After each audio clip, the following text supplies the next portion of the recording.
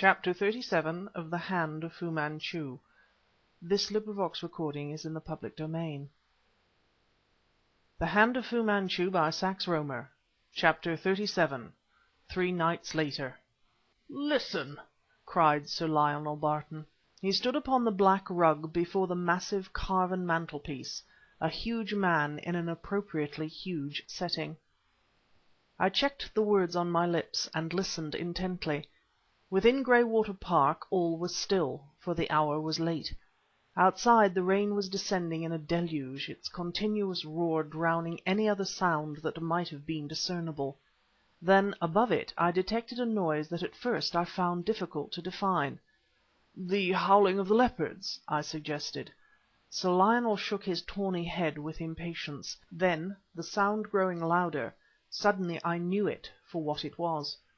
"Someone shouting!" I exclaimed. "Someone who rides a galloping horse." "Coming here," added Sir Lionel. "Hark! He is at the door." A bell rang furiously, again and again sending its brazen clangor echoing through the great apartments and passages of Graywater. "There goes Kennedy." Above the sibilant roaring of the rain I could hear someone releasing heavy bolts and bars. The servants had long since retired, as also had Karamaneh, but Sir Lionel's man remained wakeful and alert. Sir Lionel made for the door, and I, standing up, was about to follow him, when Kennedy appeared, in his wake a bedraggled groom, hatless and pale to the lips. His frightened eyes looked from face to face. "Dr. Pitre?" he gasped interrogatively. "Yes," I said, a sudden dread assailing me. "What is it?" "Gad, it's Hamilton's man!"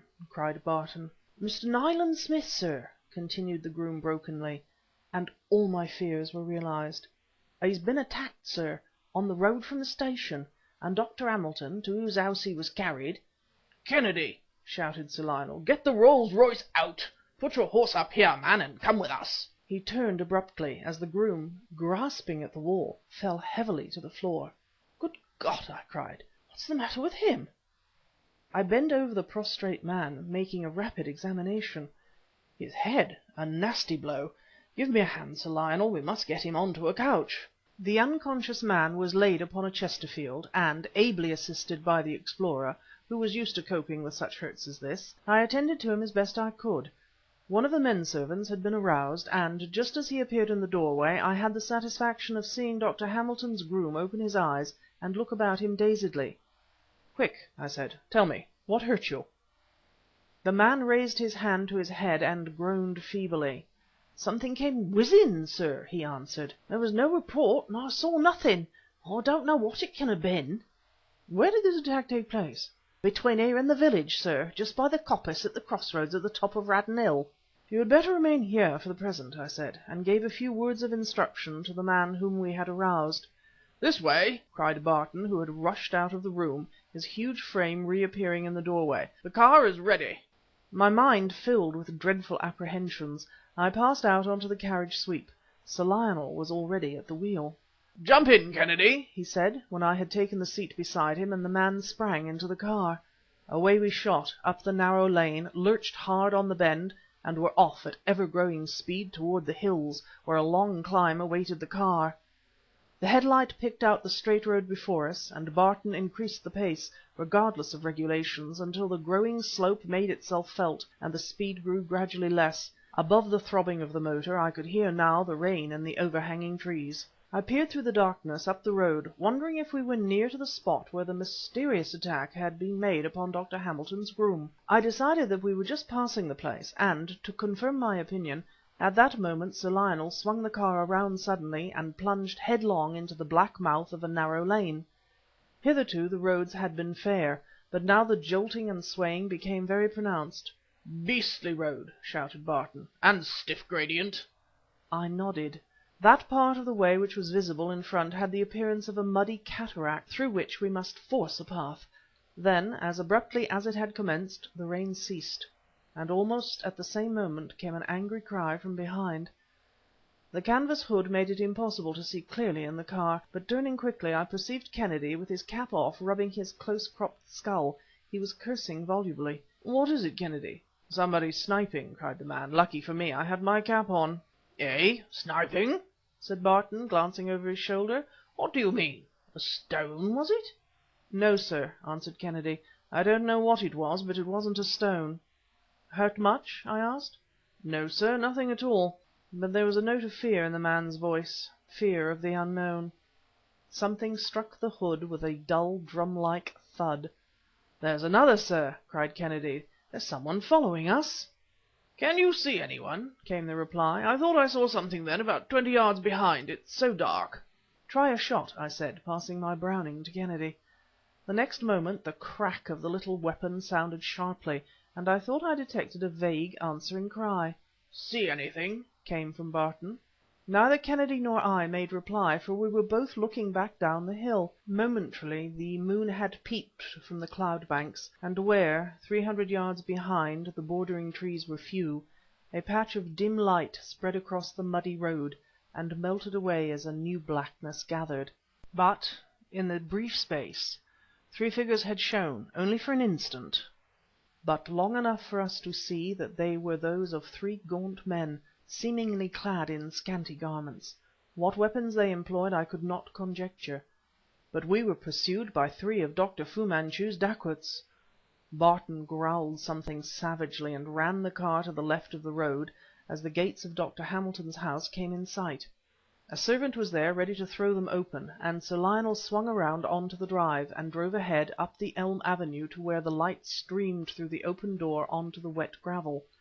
The house was a blaze of lights, every window visible being illuminated, and Mrs. Hamilton stood in the porch to greet us. "Dr. Petrie?" she asked, nervously, as we descended.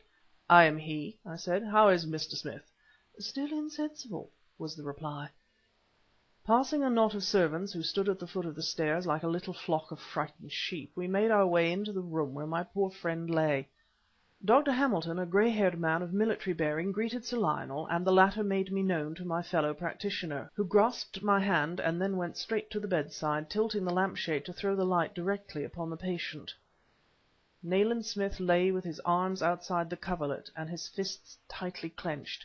His thin, tanned face wore a greyish hue, and a white bandage was about his head. He breathed stentoriously. "We can only wait," said Dr. Hamilton, "and trust that there will be no complications." I clenched my fists involuntarily, but speaking no word, turned and passed from the room. Downstairs in Dr. Hamilton's study was the man who had found Nayland Smith.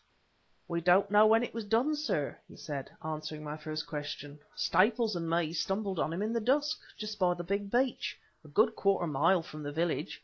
I don't know how long he'd laid there, but it must have been for some time, as the last rain arrived an hour earlier. No, sir, he hadn't been robbed. His money and watch were on him, but his pocket-book lay open beside him, though, funny as it seems, there were 3 5-pound notes in it." "Do you understand, Petrie?" cried Sir Lionel. "Smith evidently obtained a copy of the old plan of the secret passages of Graywater and Monkswell sooner than he expected, and determined to return to-night.